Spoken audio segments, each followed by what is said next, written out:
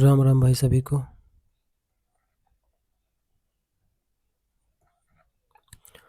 तो आज हम लोगों का लूसेंट ऑब्जेक्टिव सीरीज का पार्ट 9 है। ठीक है, पार्ट 9 और ये जो सीरीज चल रहा है लूसेंट ऑब्जेक्टिव का ये जो सीरीज चल रहा है इसका आपको प्लेलिस्ट मिल जाएगा। आप चैनल पे सर्च कीजिएगा, चैनल पे जाइएगा तो आपको एक अलग से प्लेलिस्ट मिलेगा जो लूसेंट ऑब्जेक्टिव सीरीज के नाम से होगा। ठीक है, लूसेंट ऑब्जेक्टिव सीरीज के नाम से होगा तो उसमें आपको सारा कुछ पार्ट 1 से लेकर के पार्ट 8 तक मिल जाएगा। और आज हम लोग पार्ट 9 देखने वाले हैं और क्वेश्चन नंबर 67 से देखेंगे आज हम लोग, जो हमारा टॉपिक चल रहा था उसका। तो चलिए देखते हैं आज का पहला क्वेश्चन क्या है। हमारा पहला क्वेश्चन आज का, भारत में कुछ क्षेत्रों में लोग जमीन के अंदर गड्ढों में रहते थे। इस बात का संकेत खुदाई से निम्नलिखित में मिलता है। किस जगह से मिलता है इस बात का संकेत? तो वो मिलता है कश्मीर से। Option number B is the right answer. चलिए अगला क्वेश्चन देखते हैं। गर्त निवास निम्न में से किस संस्कृति का विशिष्ट लक्षण है? गर्त निवास निम्न में से किस संस्कृति का विशिष्ट लक्षण है? तो वो किस संस्कृति का है विशिष्ट लक्षण? तो वो है कश्मीर घाटी की नवपाषाणिक संस्कृति का ये लक्षण है कि वो लोग गर्त निवास करते थे। ठीक है, तो चलिए इसका ऑप्शन नंबर ए हो जाएगा सही आंसर। अगला क्वेश्चन देखते हैं 69 नंबर क्वेश्चन।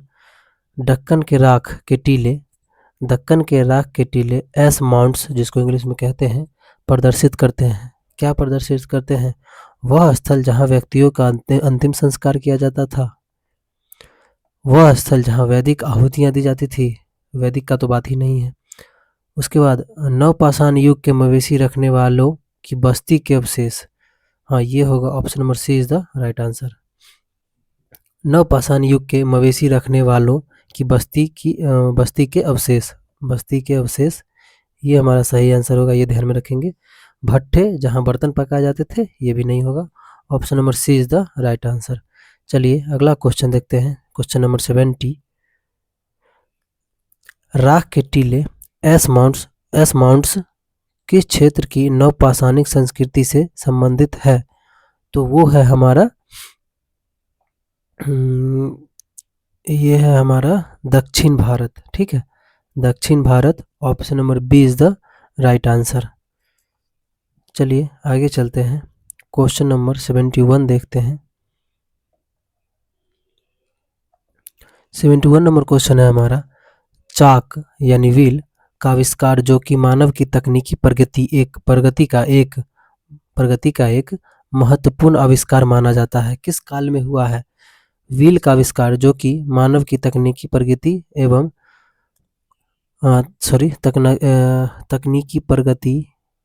का एक महत्वपूर्ण आविष्कार माना जाता है। यहीं से कहा जाता है कि मानव तकनीकी की ओर प्रगति करना आरंभ किया था। तो सबसे पहला व्हील का आविष्कार किया था और ये किस काल में हुआ था? तो ये हुआ था हमारा नवपाषाण काल में। Option number C is the right answer. चलिए आगे देखते हैं, 72 नंबर क्वेश्चन देखते हैं। मानव समाधानों में कुत्ते दफनाए गए थे, कहाँ दफनाए गए थे? तो वो दफनाए गए थे बुर्ज होम में। ठीक है, option number A is the right answer. 73 number question देखते हैं।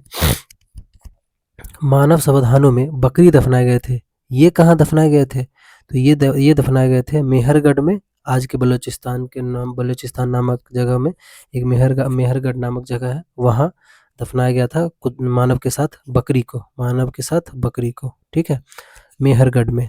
Option number D is the right answer. जब पूछे मानव समाधानों में कुत्ते दफनाए गए थे तो कहाँ दफनाए गए थे? वो बुर्ज होम में।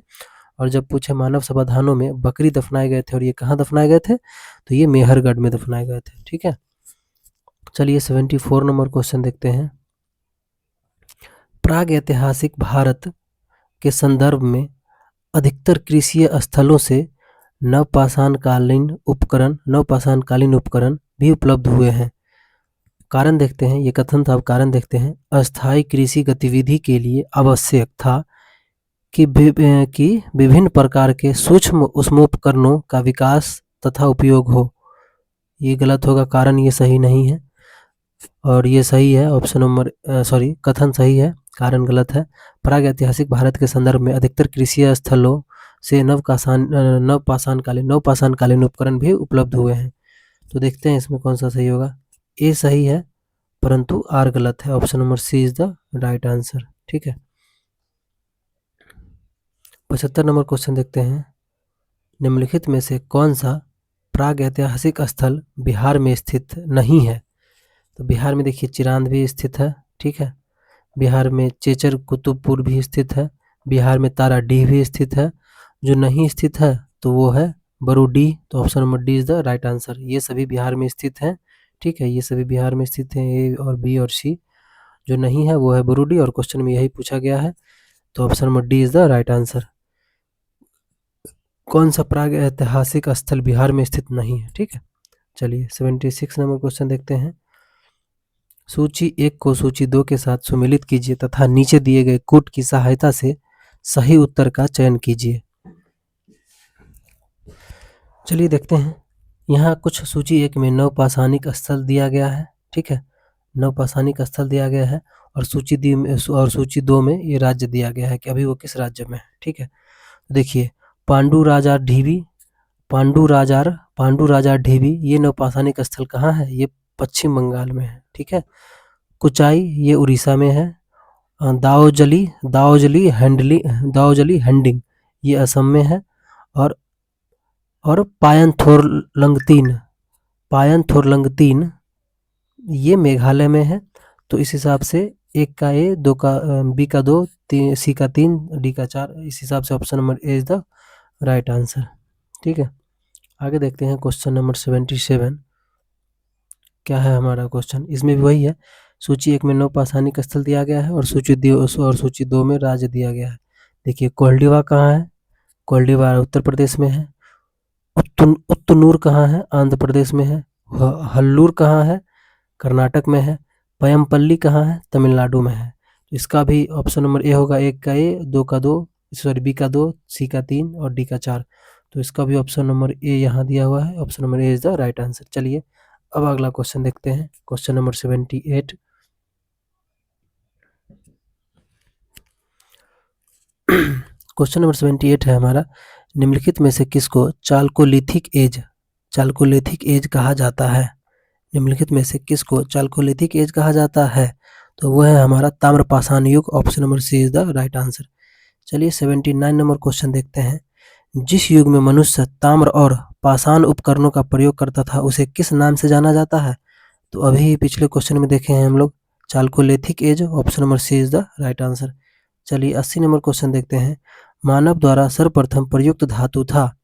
तो मानव द्वारा सबसे प्रथम प्रयुक्त धातु जो था वो था तांबा। Option number C is the right answer. चलिए 81 नंबर क्वेश्चन देखते हैं। निम्नलिखित में से कौन सा कथन सही नहीं है? ठीक है, भारत में पुरापाषाण कालीन मानव अग्नि के प्रयोग से परिचित थे। तो ये भी सही है हमारा। दक्षिण भारत में गुंटूर एवं कुरनूल में पुरापाषाण कालीन कब्रें मिली हैं। ये गड़बड़ लग रहा है। चलिए आगे देखते हैं ऑप्शन। कैमूर श्रेणी एवं मिर्जापुर जिले में पुरापाषाण कालीन चित्रशाला मिली है। ये भी सही है। उत्तर भारत में ताम्र युग तथा आरंभिक लौह युग की पृथक पहचान की जा सकती है, जबकि दक्षिण भारत में पाषाण युग के तुरंत बाद लौह युग आरंभ होता है। ये भी सही है हमारा। अब देखते हैं ऑप्शन नंबर बी। दक्षिण भारत में गुंटूर एवं कुरनूल में पुरापाषाण कालीन कब्रें मिली है। ये गलत है। तो इस हिसाब से option number B is the right answer. ठीक है, चलिए 82 नंबर क्वेश्चन देखते हैं। क्वेश्चन है हमारा वही सूची 1 में काल दिया हुआ है और सूची 2 में उसका अभिलक्षण दिया गया है। ठीक है, तो देखिए पुरापाषाण काल में लोग आखेटक थे और खाद्य संग्राहक थे, यानी शिकार करते थे और भोजन को संग्रह करके रखते थे। उस हिसाब से वो खाते थे, उनका दिनचर्या चलता था। मध्य पाषाण काल में उनका क्या लक्षण हो गया? वो आखेटक तो थे, शिकारी तो आखेटक भी थे वो मध्य पाषाण काल में आखेटक भी थे और साथ में पशुपालक भी हो गए थे मध्य पाषाण काल से, ठीक है। चलिए नवपाषाण काल में देखते हैं। नवपाषाण काल में वो खाद्य उत्पादक बने। नवपाषाण काल से कृषि की शुरुआत हो गई थी, खाद्य उत्पादक बन गए थे वो लोग। ताम्र मतलब क्या कहते हैं, उपजाने लगे थे, ठीक है। और मेन जो वो लोग कृषि करने लगे एक जगह स्थायी होकर के, क्योंकि तांबे का औजार बनने लगा, तो वो था ताम्रपाषाण काल। कृषक, तो इस हिसाब से 1 का ए, बी का 2, सी का 3, डी का 4, तो option number A is the right answer. 82 का ऑप्शन नंबर ए। चलिए 83 नंबर क्वेश्चन देखते हैं। इसमें भी सूची दिया गया है और उसकी विशेषता दी गई है। देखिए पूरा पाषाण काल की क्या सूची थी? शिलाश्रय अधिवास, ये सही है, ठीक है। मध्य पाषाण काल नदी तट आवास, ये भी सही है। नवपाषाण काल गर्त आवास, हम लोग पिछले क्वेश्चन में देख चुके हैं, ये भी सही है। ताम्रपाषाण काल कच्चे एवं पक्के मकान, ये भी सही है। तो इसका भी option number A is the right answer. चलिए अगला क्वेश्चन देखते हैं। क्वेश्चन नंबर 84 है हमारा। इसमें भी सूची 1 में स्थल दिया गया है और सूची 2 में संस्कृति दिया गया है। देखिए अतिरपक्कम नामक स्थल से किस संस्कृति का या किस काल का वो है? तो वो है हमारा पूरा पाषाण काल संस्कृति से जुड़ा हुआ स्थल है ये अतिरपक्कम। चौपनी मांडो ये मध्य पाषाण संस्कृति से जुड़ा हुआ स्थल है। और कुल्ली प्राक हड़प्पा से जुड़ा हुआ स्थल है, ठीक है। इनाम गांव ताम्रपाषाण से जुड़ा हुआ स्थल है। तो इसका भी ऑप्शन नंबर ए हो जाएगा। ये ध्यान में रखेंगे, इनाम गांव ये लगभग बार एग्जाम में पूछा गया है। इनाम गांव जो जुड़ा हुआ है वो किस संस्कृति से है? तो वो ताम्रपाषाण संस्कृति से है या ताम्रपाषाण काल से है। तो option number A is the right answer. इसको ध्यान में रखेंगे, ये ज़्यादा इम्पोर्टेंट है, ठीक है। तो इस हिसाब से आज का हमारा क्वेश्चन नंबर 84 कंप्लीट होता है और ये आज का लास्ट क्वेश्चन था। हम लोग देखें, ये स्थल ध्यान में रखेंगे, लगभग सारे इंपॉर्टेंट है, लेकिन अभी तक जो सबसे ज़्यादा बार पूछा गया है ये डी वाला पूछा गया है। ये तीनों भी इम्पोर्टेंट है, ठीक है। अदिरपक्कम पूरा पाषाण संस्कृति से, चौपनी मांडो मध्य पाषाण संस्कृति से, कुल्ली प्राक हड़प्पा संस्कृति से। तो ये तीनों भी ध्यान में रखेंगे। चलिए, और ये इनाम गांव ताम्रपाषाण संस्कृति से, ये तो ध्यान में रखेंगे ही। तो ये चारों लगभग इम्पोर्टेंट है, ध्यान में रखेंगे, ठीक है। और इसका ऑप्शन नंबर ए हो जाएगा सही। 84 का ए, 1 का ए, बी का 2, सी का 3, डी का 4, है ना। 1 का ए यहाँ, एक सेकेंड,